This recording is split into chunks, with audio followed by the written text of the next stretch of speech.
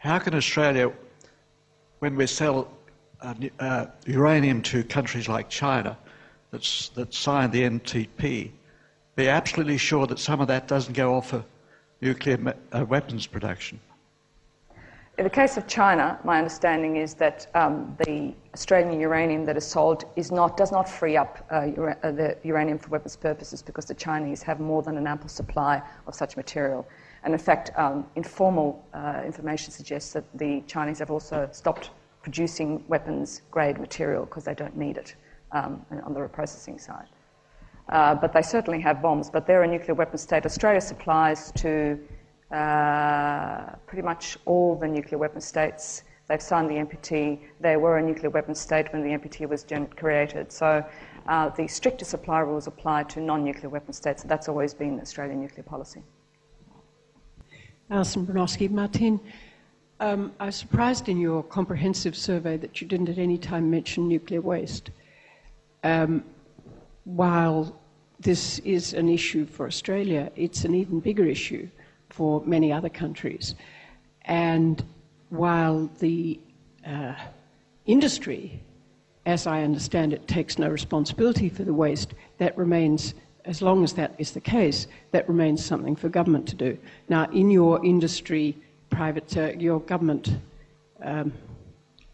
industry partnerships that you have in mind, maybe there is a solution, but certainly it hasn't been found yet. And it adds substantially, does it not, to the costs and the whole economic picture of what you're talking about?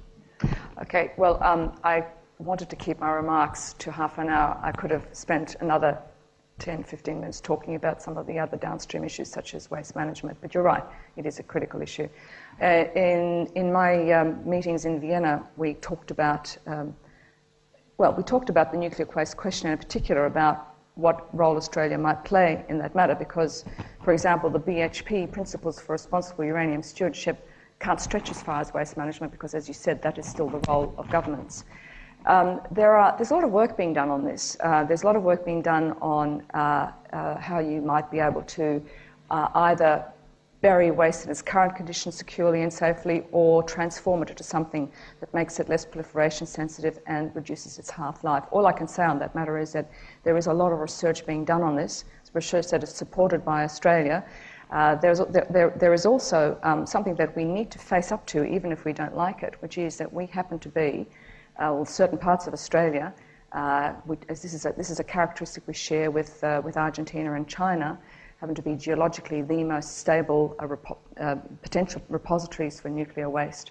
And if we really wanted to take responsibility for the uranium that we export, one of the things we would have under active consideration is the possibility of disposing of it here in Australia and even becoming an international nuclear waste repository. Now, I know this is highly controversial, but it's one of those items that definitely needs to be on the agenda. Martine Harley Wright, member of Lowy Club, also member of Environmentalists for Nuclear Energy. Regarding your proposal for a conference along the lines of the former chemical weapons conference, I wonder about the concept of having other countries sort of co-chairing or being allied with it strongly, rather obviously many attendees, but I think particularly of Canada.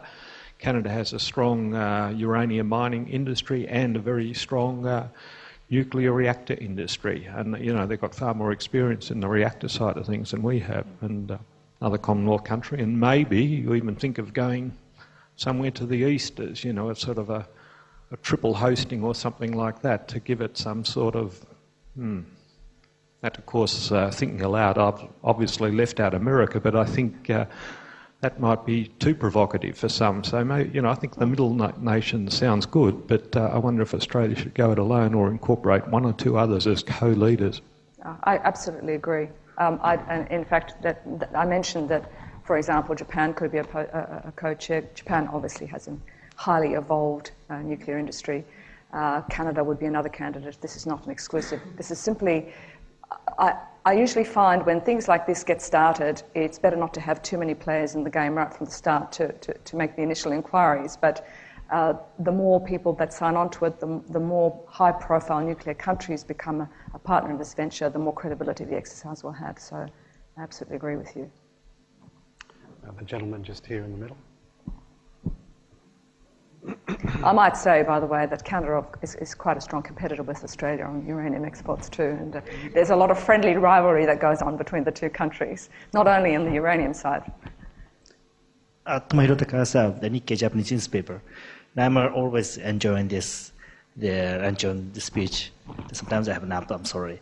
But I have two questions, and one is, do you think that finally Australia agreed to export uranium to India, or it would be the political issue the next election or something?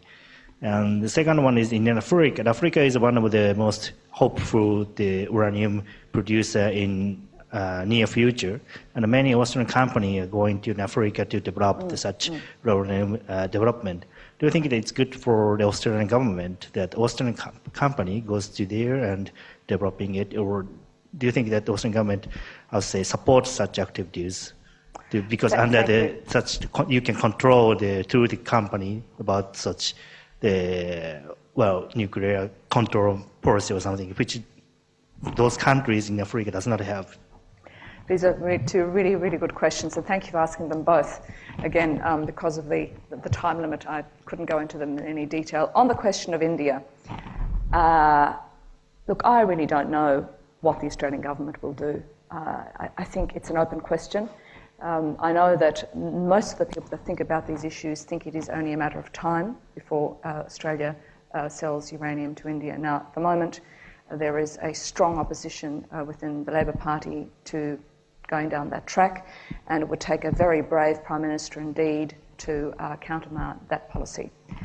That said, the Prime Minister has a penchant for grand gestures and for getting noticed on the foreign policy side, and the relationship, and quite seriously, the relationship with India is a very important one, and getting that relationship to a strategic level is a highly prized a matter of foreign policy for Australia, and I'm sure Michael's even better placed to talk about it than I am. I don't think it'll happen during his visit in November. I also would object as an Australian to being subjected to what I consider to be Indian government blackmail, where the Indian government is saying, you can only get this relationship to the next level. You know, we can continue to burble along in our nice, friendly, fairly inconsequential way, or you can get this relationship to a new level by selling us uranium. I think there must be a lot more, it's a much more multidimensional relationship with a lot more multidimensional possibilities. And just to put in a quick plug for the Institute again, the Lowy Institute, in fact, initiated last year a second-track dialogue, strategic dialogue with India. The second one will take place in India at the end of this year, where these issues will be discussed, where I'm sure we will be trying to put new ideas into their head as well as just trying to get their hands on our uranium. The second point about company activity in Africa, mining company activity in Africa, yes, that's a very interesting one. And when I was in Vienna a week before last, in fact, there was a seminar on this very issue where an Australian company made a presentation about its exploration activities in Namibia and in Malawi. I also had some follow-up conversations with some of the people that are interested in safety and waste of the agency. It's very important, I think, for Australia to be or the government to keep a close eye on what Australian companies are doing internationally and in the uranium mining. And it is a fact that a couple of Australian companies made a fairly bad start in this area. But the good news is that they are very keen now to demonstrate that they're assisting the country in which their activities are to develop an appropriate safety and regulatory and licensing regime. So it's the behaviour of Australian companies is actually improving. I don't think there is a problem per se with Australian companies conducting mining activities in Africa, but you don't want to do it either in an exploitative way or in a way which undermines the health and the safety of the local residents. And we had a very interesting presentation from one Australian company on this very matter. Tom Morton. That was a fascinating presentation, Martine. I'm going to ask you, I hope, a provocative question. You talked about the proposals for multilateralising the nuclear fuel cycle, and plainly they're going to be very important in trying to resolve some of these issues that you talked about. For example, in relation to Brazil, saying that Brazil wouldn't tolerate a two-tiered system. and this is one of the proposals that both tries to resolve some of those issues about countries feeling that they have a political stake, that they're not losing face by not developing the full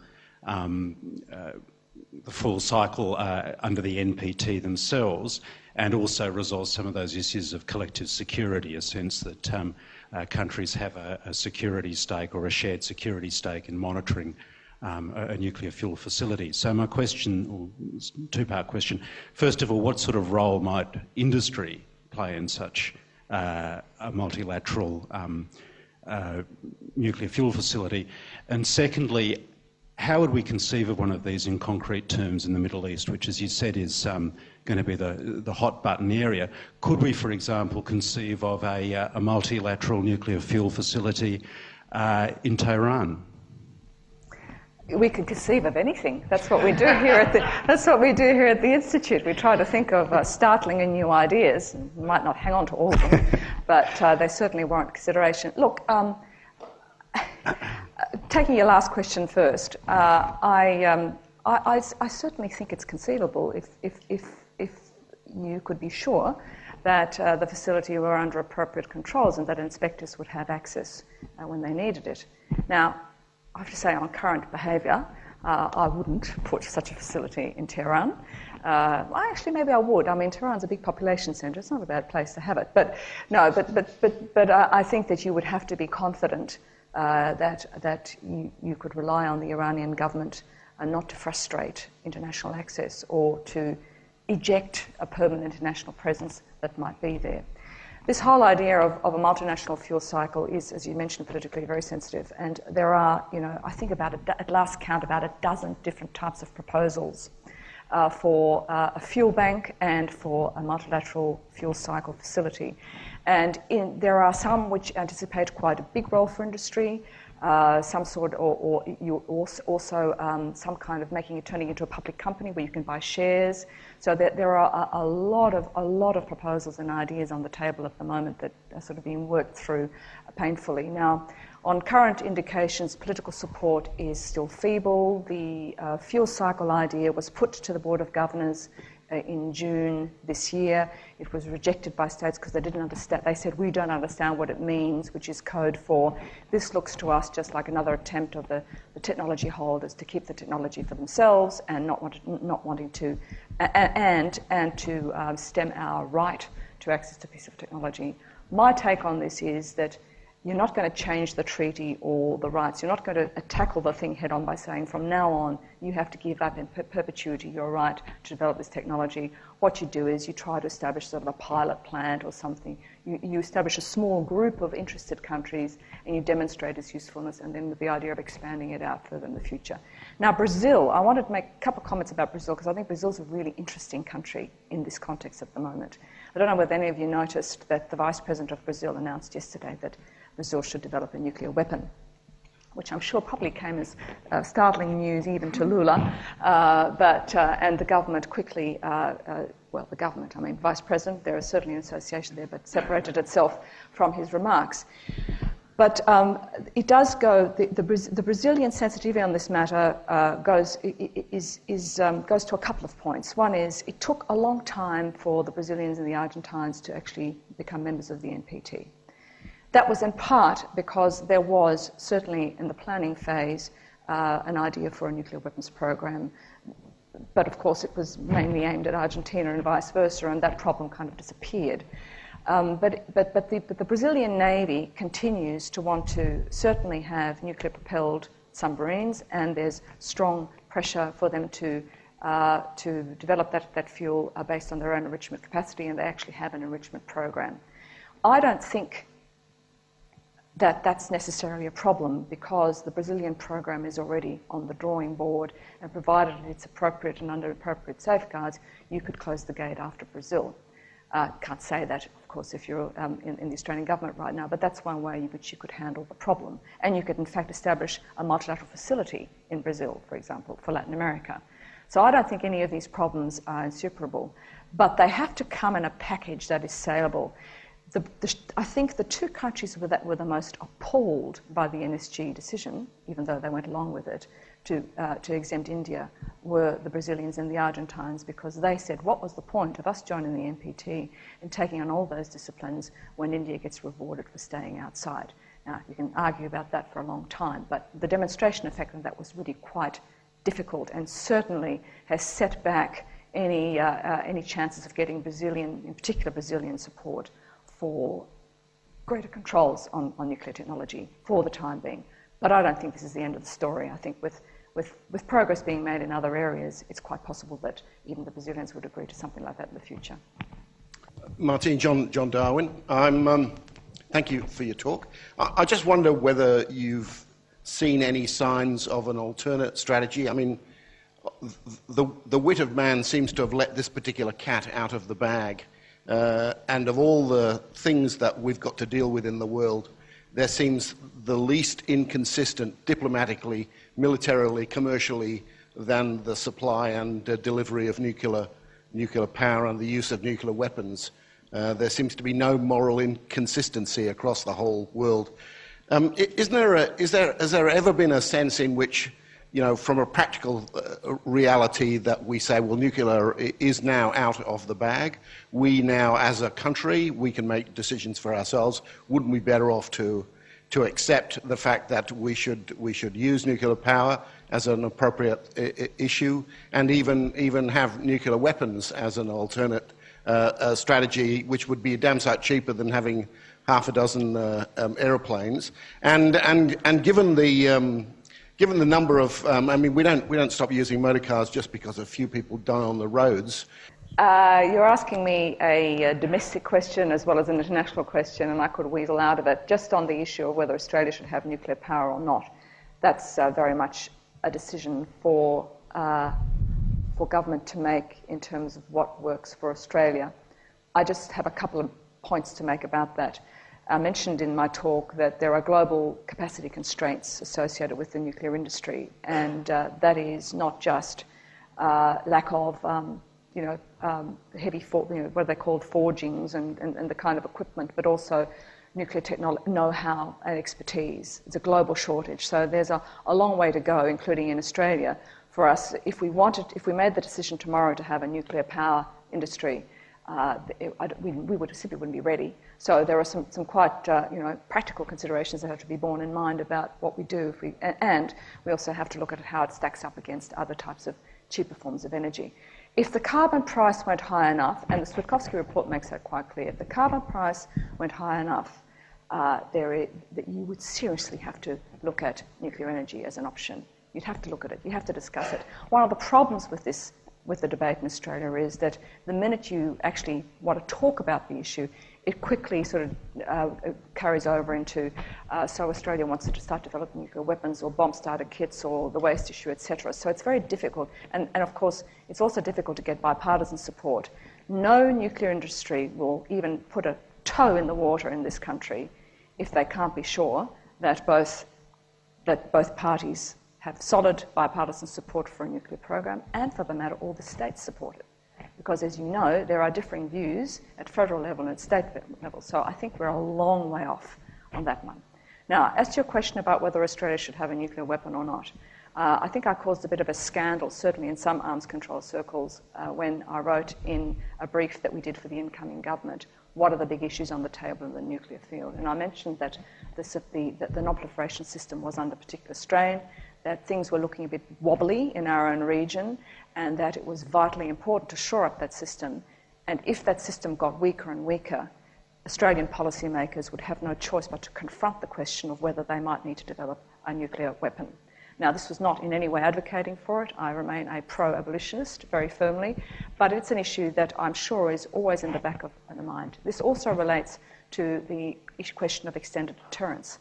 Ironically, as the United States is now, I believe, seriously looking at further reducing its nuclear weapons and its capacity.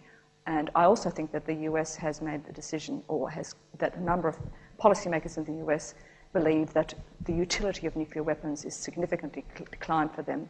That will eventually affect the role that extended nuclear deterrence plays for Australia and Japan, that has allowed us to not spend a great deal of our own money on defence.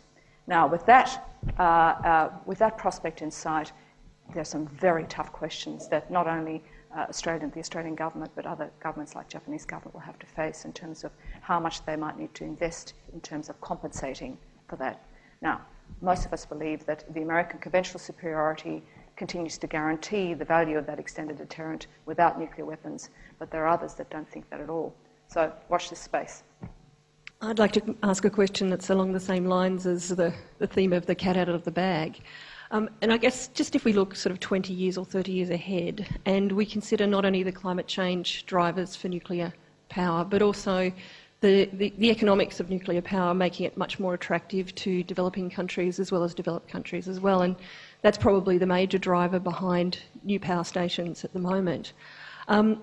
Given that, and given also that that means that a lot more countries will have nuclear power stations, and a lot more countries are also providers or suppliers of uranium as well. What's the sustainability of the global institutions of the treaty system to be actually able to discipline the nuclear industry in the longer term?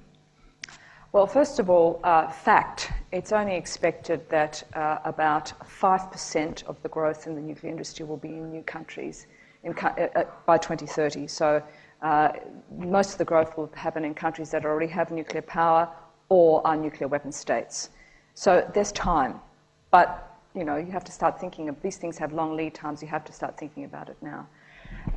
The cat is out of the bag, and indeed, even if you had not a single nuclear weapon on this in the world anymore, the knowledge would still be there, the temptation would still be there.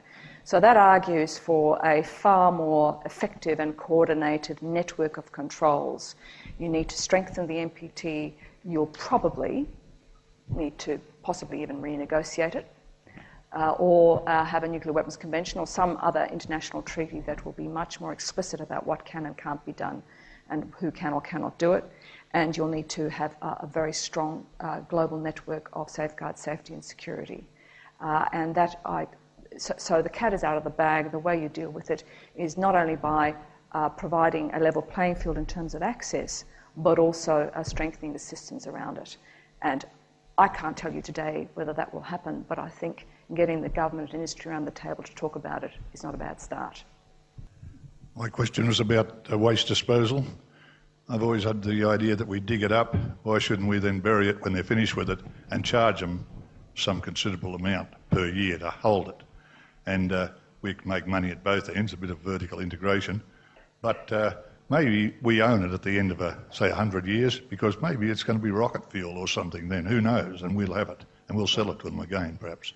But if we're already talking, as you've suggested, about getting nuclear power stations and things in Australia, how far down the line is that discussion about the nuclear waste in Australia, seeing as how we're so geographically inert? Look, I can't make a detailed comment about that. I'm not on top of the latest consideration, even in Australian policy circles. But I can tell you, though, and I don't know the name of the town, but I think it's in Sweden, where local residents of two towns fought between them about who could have the privilege of having the nuclear waste buried near them, because it was commercially. There was a commercial advantage to it, and they didn't think at all that it was going to be unsafe, and it's just going to be buried in deep geological stories in simple canisters.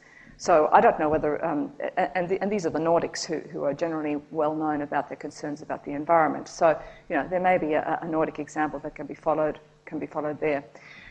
The other thing about do we keep it and turn it into rocket fuel? Can I just say that I think in about 100 years' time there will be other baseload power options.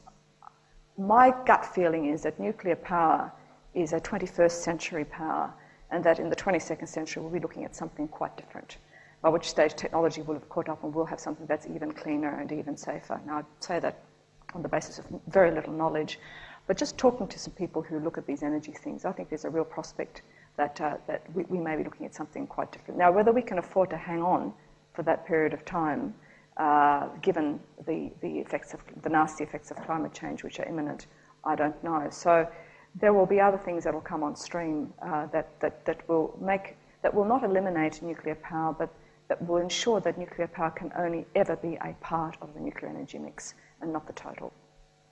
Thank you. Graham Cooksley, thank you very much for a very well-researched, interesting and fluent presentation. My concern is with rogue scientists who can apparently readily subvert any protocol that may be agreed to amongst the various nuclear powers.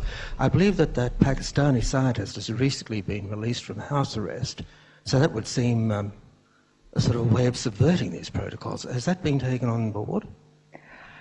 Look, that's always going to be a problem. It always has been and it always will be. And there are ways of dealing with it. You might remember that at the end of the Cold War, the American government collaborated with the Russian government in order to help employ Russian scientists, also took spent fuel from Russia to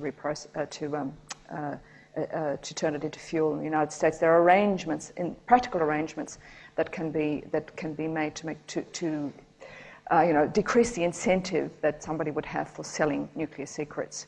I suspect that A.Q. Khan, the Pakistani whom you speak of, is no longer a problem as such, but the example that he set for other networks is certainly a problem and needs to be dealt with. One of the ways in which you do it, again, is to keep control of, you can't keep control of what's in people's heads. That's absolutely impossible.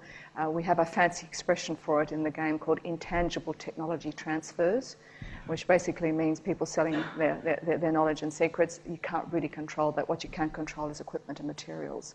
So that's what you need to do. And for example, the US is going to be hosting a big nuclear security summit in April next year in Washington to deal with this very issue. Okay. Martine, thanks for that. Incredibly informative and provocative all at once. So, ladies and gentlemen, can you please join with me in thanking Martine Letts?